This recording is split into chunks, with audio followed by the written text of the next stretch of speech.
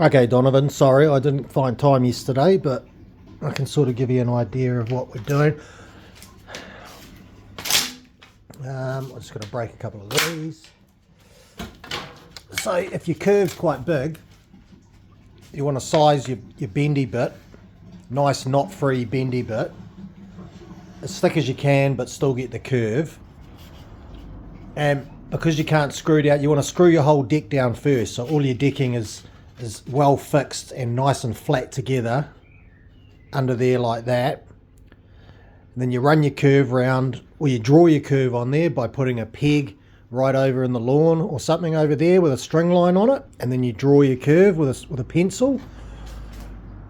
Get an appropriately sized piece of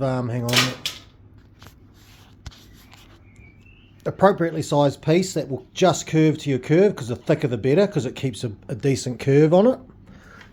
And then you'll have to go to the other side of the deck to clamp it down, unless you can find some way to tie it through the gaps in the decking, but you still want these outriggers on it.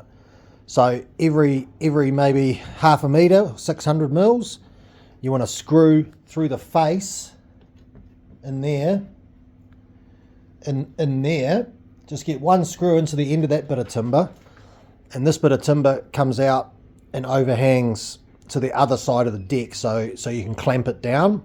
And if you can get a decent sized clamp under your decking and over, 1/3 of this, it should hold that downward like that.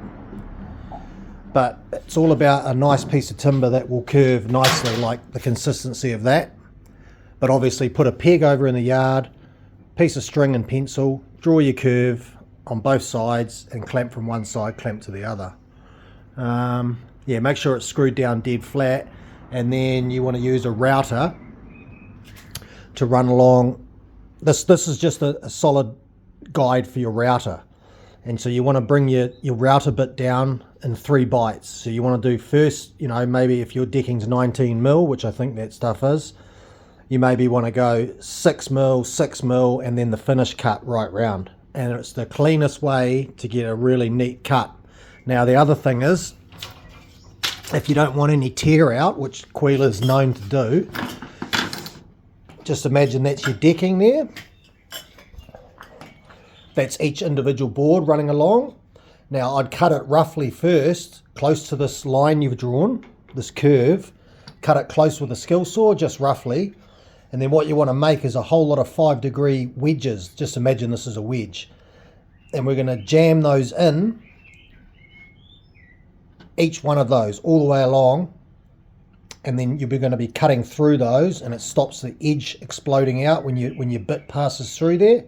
And also experiment about which way your bit is rotating, because it can help with your you don't want it to be diving out or in. You just want to be in a comfortable position to run your router around, assuming you've used one before. If not, get back to me and I'll do a demo of that too. But that's the neatest way you'll get a perfect curve using this jig method.